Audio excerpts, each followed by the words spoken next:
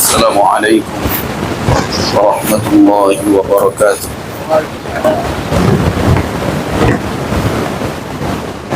الحمد لله الذي أرسل رسوله هاديا إلى سبيله فجعله سراجا منيرا في ظلمات الشرك والكفر، والله يهدي من يشاء إلى صراط مستقيم. أشهد أن لا إله إلا الله ولي الصالحين، وأشهد أن محمدا عبده ورسوله ونبيه الأمين. اللهم صل وسلم على عبدك ورسولك وحبيبك محمد وعلى آله وأصحابه والتابعين وتابع التابعين ومن تبعهم بإحسان إلى يوم الدين. أما بعد. Buya Sekjen MUI, Buya Dr. Amir Shah Tambunan yang kita hormati, Ustaz Dr. MD Muhammad Istiwara, Ketua Komisi Fatwa, Ustaz Dr. Muhid, Ibu Muti, Yai dari Komisi Fatwa, Miftahul Huda, para masyayikh, asatis, ustadzat yang hadir dalam kesempatan ini, rahimakumullah. Saya berangkat dari ayat yang dibaca oleh qari'ah kita tadi. Tafassahu fil majalis yafsahillahu lakum. Berlapang-lapanglah di dalam bermajlis, Allah akan memberikan kelapangan kepadamu. Terkait dengan metodologi fatwa, hampir seluruh kita sampai hari ini, kibarul ulama al-mu'asirin, tokoh-tokoh ulama kontemporer, tidak ada satupun yang berani mengatakan, baik menunjuk dirinya atau menunjuk orang lain, satupun tidak ada yang berani bahwa ada di zaman sekarang seorang alim atau tokoh atau wasada telah naik dan sampai kepada posisi bisa berijtihad sendiri dalam kategori mujtahid mutlak. Apakah ini disebabkan karena kewaraan dan kezuhudan, atau disebabkan oleh fakta, kenyataan bahwa memang kita merasa berkekurangan dalam banyak hal? Nah, tentu hal seperti itu menjadi catatan penting bahwa ada khuturah, ada bahaya yang terus mengintai setiap orang yang masuk ke bidang ini.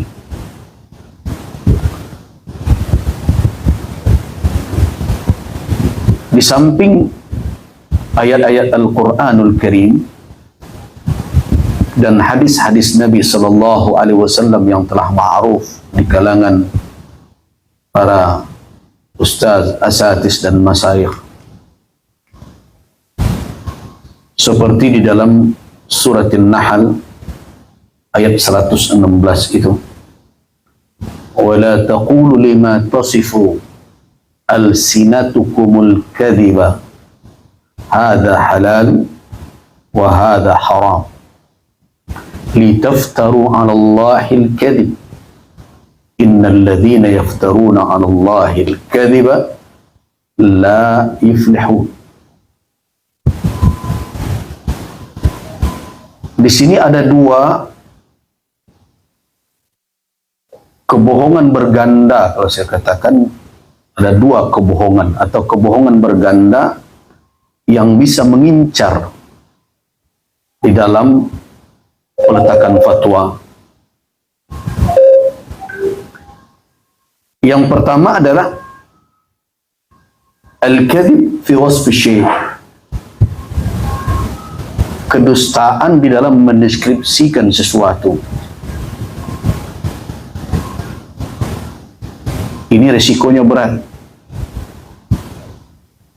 berakibat nanti lahirnya tasawur yang keliru terhadap sesuatu, dan itu menjatuhkan orang ke dalam al-kadhib fi wasf syai'. Nah, kita bersyukur hari ini ketika kita meminta Ibu Direktur LPPOM hadir, karena beliau berada di ranah ini, wasf syai', mendeskripsikan sesuatu yang akan masuk menjadi bahan pertimbangan utama dalam meletakkan apakah ini halal atau haram. Apabila terjadi kedustaan di ranah ini, maka akibatnya akan ditimpa oleh dusta berikutnya, yaitu al-iftira' 'ala Allah biqaul al-halal wal haram. Jikalau deskripsinya keliru, hukumnya juga akan keliru. Merujuk ke kaidah ilmu mantik yang biasa tanaqalahu al-ulama, al-hukmu far'un min tasawwurihi.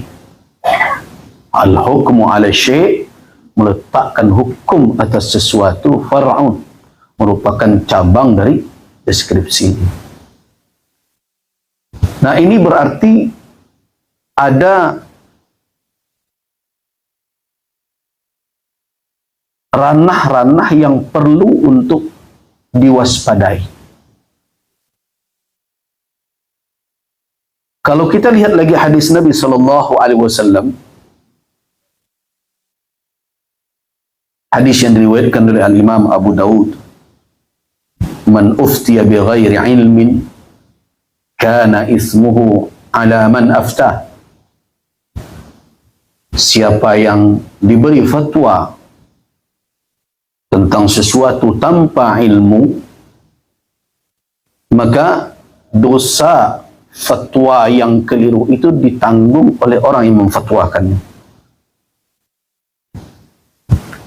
Ini juga menjadi catatan penting betapa masalah ini bukan masalah yang ringan. Ini adalah khutuwah, berbahaya, dan cukup mungkin perilaku para salafil ummah dari kalangan sahabat sampai tabi'in, tabi'in, mereka cenderung menghindari. Mungkin qaul Ibnu Abi Layla, gitu juga Bara bin Azib, saya menemui 100 sekian sahabat, ada sekian ahlul badar. Idza su'ila an syai'in, apabila ditanya tentang sesuatu, tamanna, ia berharap agar ayyakfiyahu sahibuh, ada orang lain, temannya yang mencukupkan. Hendaknya tidak perlu sampailah pertanyaan itu, ia yang menjawab.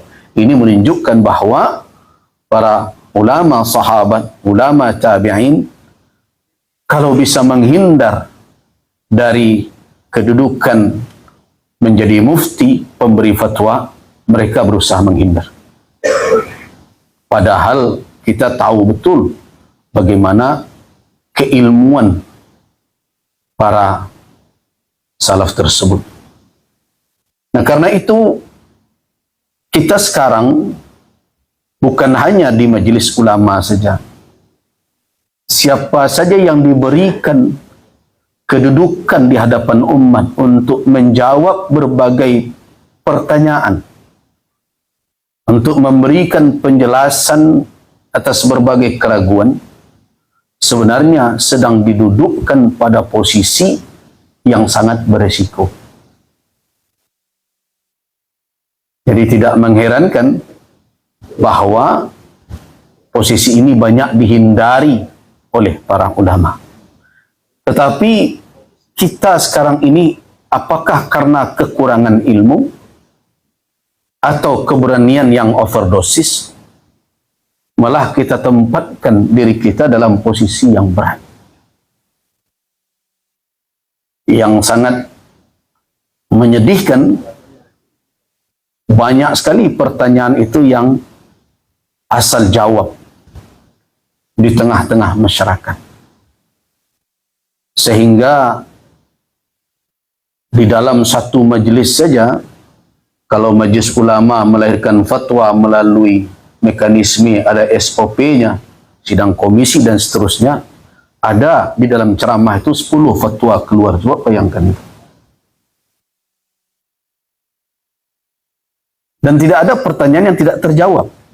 Nah, kalau kita merujuk kepada qaul Ibnu Mas'ud, man ajaba kulla su'alin, siapa yang menjawab setiap soal, yus'alu fi, dia ditanya tentang itu, falaisa bi'alimin, dia bukan orang alim, innahu majnun, dia orang gila, kata Ibnu Mas'ud. Begitu juga kalau kita lihat qaul yang lain, para ulama mengatakan sebagai hikmah bagi kita, idza nasiyal alimu kalimata la adri atau qaula la adri usibat maqatiluhu. Apabila seorang alim sudah lupa kata tidak tahu, maka berarti sudah terkena titik kematiannya. Karena itulah makanya kalau kita lihat putra dari Al-Imam Ahmad ibn Hanbal rahimahullah, ketika menceritakan bagaimana orang tuanya, ayahnya berfatwa, saya sering mendengar ayah saya Ahmad ibn Hanbal fi kathir, pada banyak persoalan ditanyakan kepada beliau, belum menjawab ajabat la adri, saya tidak tahu. Nah, karena itulah makanya kita berharap semua dengan segala kelemahan kita itu, dengan berbagai kekurangan kita dalam berbagai aspek persyaratan, karena syarat seorang mufti itu kan bisa dibagi dua. Yang pertama adalah syurut ilmiah, persyaratan keilmuan. Yang kedua adalah syurut syakhsiyah, adalah persyaratan kepribadian, wara, zuhud, dan semuanya itu syurut syakhsiyah, adil, amanah. Ada syurut ilmiah. Nah, kita merasa bahwa kita kurang dalam keduanya, tidak ada yang sempurna. Karena itu solusi satu-satunya adalah dari berbagai majami' fikhiyah kita temukan bahwa solusi yang terbaik dari segala kekurangan itu adalah ijtihad jama'i. Adalah ijtihad bersama, berjamaah. Nah, semakin banyak kita, tentu akan semakin terlihat masalah dari berbagai sudut. Nah, makanya ayat tadi mengatakan tafassahu fil majalis, berlapang-lapanglah, maka akan ada kelapangan yang diberikan oleh Allah kepada kita. Jadi kehadiran banyak orang di dalam berfatwa, di dalam membahas suatu masalah, tidak perlu menjadi kecemasan. Termasuk juga hadirnya berbagai pandangan, dan mungkin pada awalnya terjadi perbedaan, ada yang kritis. Itu adalah akan memperkaya pembahasan dan akan memperjelas permasalahan dan akan lebih menjaga agar fatwa yang kita lakukan itu terhindar dari mazallat, dari ketergelinciran. Jadi tidak usah cemas dan tidak perlu kita khawatir kalau fatwa itu harus dikelola bersama, harus kita uji bersama, harus kita lihat bersama, dan kalau perlu harus kita kritisi bersama. Kenapa? Karena tujuan akhirnya adalah outputnya, hasilnya adalah fatwa yang bernas, yang akan menyelamatkan kita, bukan hanya menyelamatkan umat saja, yang akan menyelamatkan kita dari apa? Dari al-iftira ala Allah, dari membuat-buat sesuatu tetapi memakai stempel di situ atas nama Allah Subhanahu wa taala, sebagaimana yang diperingatkan juga oleh Ibnu Qayyim Al-Jauziyah dalam kitab I'lam Al-Muwaqqi'in. Kemudian terakhir, saya ingin sedikit mengingatkan kepada kita bersama di dalam mudzakarah ini bahwa kita bukanlah orang-orang yang baru berada di medan fatwa. Sudah berpuluh tahun. Mungkin kalau dilihat dari keberadaan lembaga-lembaga keumatan, ada yang sudah lebih setengah abad. Sudah tidak terhitung fatwa yang dilahirkan. Walaupun mungkin yang terdokumentasi bisa dihitung. Tapi yang lahir dari berbagai jawaban, karena fatwa itu tidak hanya dalam bentuk kitabah terdokumentasi saja. Karena fatwa bisa dalam makna ijabatu su'ali, apakah langsung melalui lembaga, melalui perorangan berbagai macam. Nah, tentu hal itu menjadi catatan penting untuk kita melakukan muhasabah terhadap diri kita, terhadap kewenangan kita, agar kita terhindar dari bahaya berfatwa tadi. Nah, di antara yang perlu untuk kita fahami, dan selama ini saya rasa tidak ada yang berbeda dalam perkara ini, walaupun nanti terjadi ikhtilaf di dalam menurunkannya atau membuat turunannya, adalah perkataan Al-Imam Al-Qarafi, Al-Jumul alal Manqulat. Kita tidak boleh kaku atas apa saja yang dinukilkan dari ulama terdahulu. Apakah itu aqwal al-madhahib al-fiqhiyah atau aqwal pendapat para ulama yang mungkin tidak lagi ada madhab mereka atau inqarat.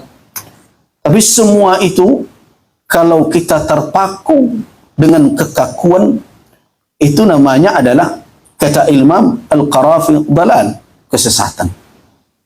Kenapa?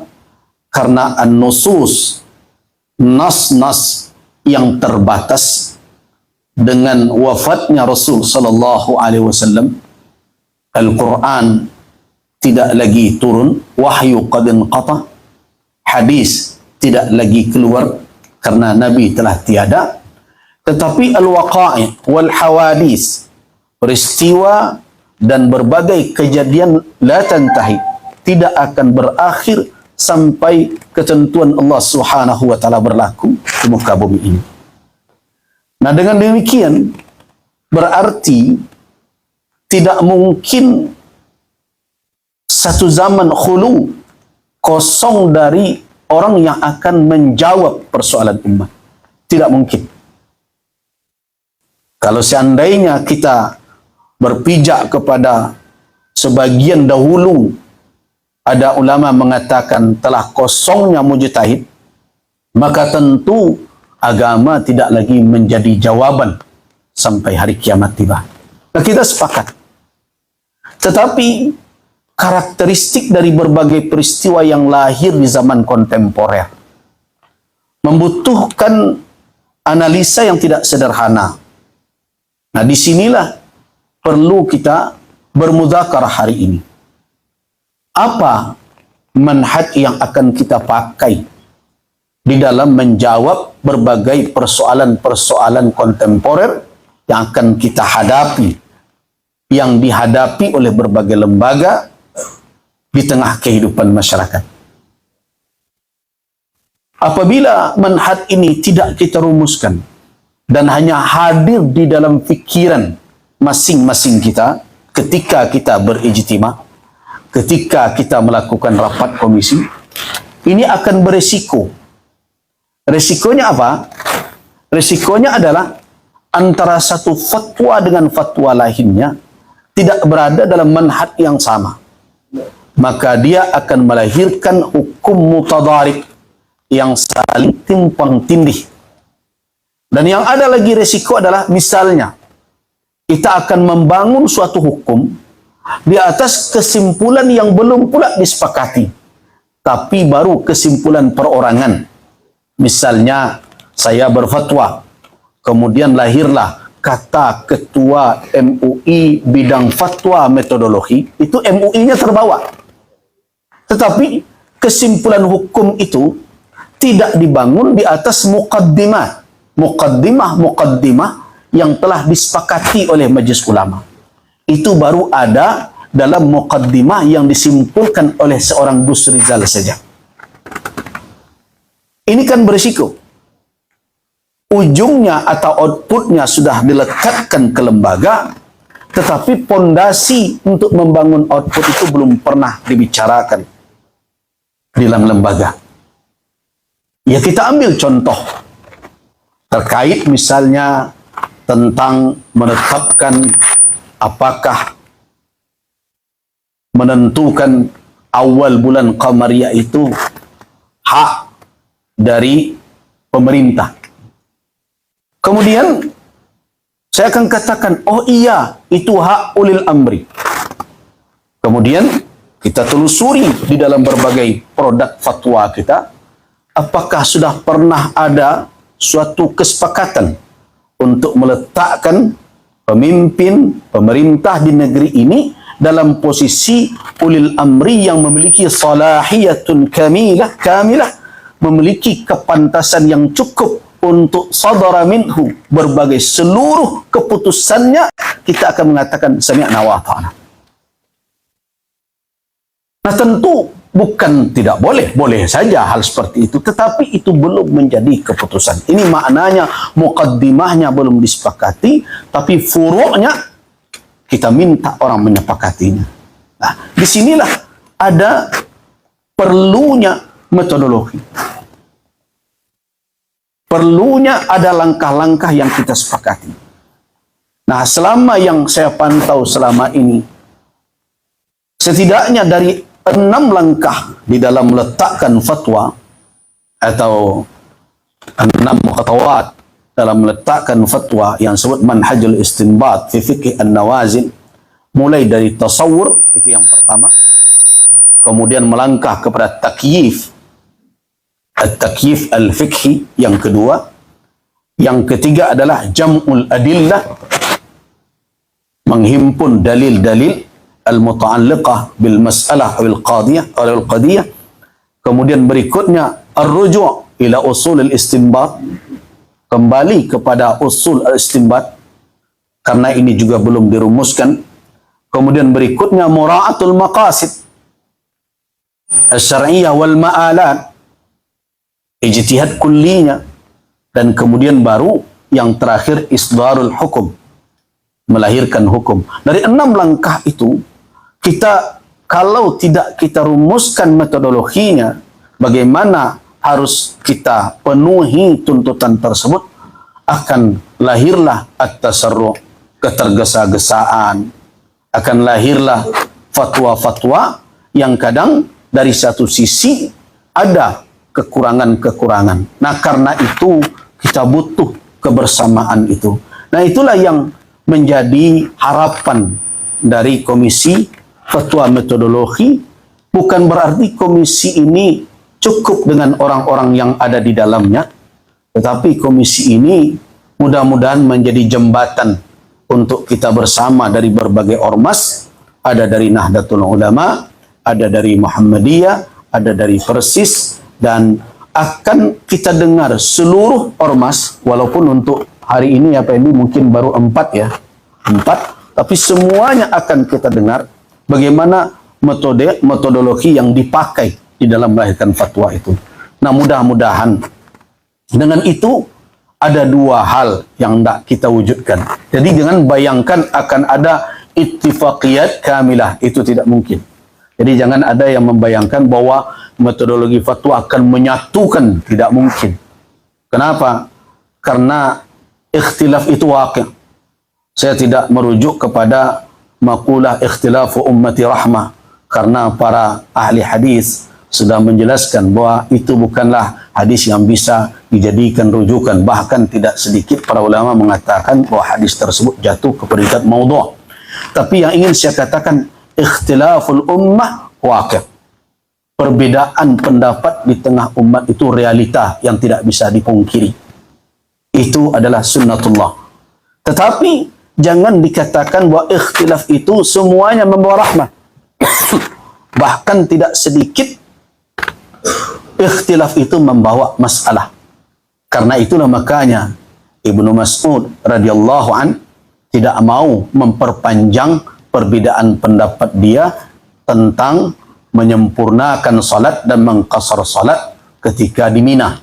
Walaupun di masa Rasul, di masa Abu Bakar, di masa Umar bin Al-Khattab, salat di Mina itu rakaatain, 2 rakaat. Tapi Utsman ibnu Affan punya pertimbangan lain. Fakammal, dia atamma, dia sempurnakan 4 rakaat. Ibnu Mas'ud tidak setuju. Tapi setelah Utsman tiada, fatwanya kembali dikeluarkan. Kemudian ditanya orang, kenapa engkau tidak katakan ini dengan tegas kepada Utsman? Inilah uhibbul khilaf. Saya tidak suka khilaf, tidak suka perdebatan yang berkepanjangan. Nah, ini tentu menjadi inspirasi bagi kita semua. Bahwa perbedaan itu adalah realita yang tidak bisa dipungkiri. Tetapi kita harus bisa mencari titik-titik temu di mana perbedaan itu tidak menimbulkan kelemahan kepada umat dan tidak melahirkan insyiqaq, perpecahan. Nah, salah satu celah yang bisa untuk kita saling yataqarab ba'duna ba'dan, sebagian dengan yang lain saling bertaqarub adalah dari sisi manhaj. Karena saya yakin di sini semua sudah sepakat 4 rujukan kita yang muttafaq alaih di dalam kajian ilmu usul, apakah akan merujuk kepada aliran fuqaha atau merujuk ke aliran mutakallimin. Nah, semua sepakat Al-Quran, Sunnah, Ijma', Qiyas adalah dalil ittafa'na alaih. Apabila titik-titik kesepakatan ini semakin kita perkuat, setidaknya akan melahirkan tafahum antara satu dengan lainnya. Dan dengan demikian, tafahum ini akan melahirkan tawadud, rasa kebersamaan, saling menyayangi, walaupun kita berbeda, tapi kita tetap sama bertugas menjaga izzah kewibawaan umat dan kaum muslimin. Demikian, terima kasih. Waffaqanallahu wa iyyakum lima yuhibbuhu wa yarda. Wabillahi taufiq wal hidayah. Wassalamu alaikum warahmatullahi wabarakatuh.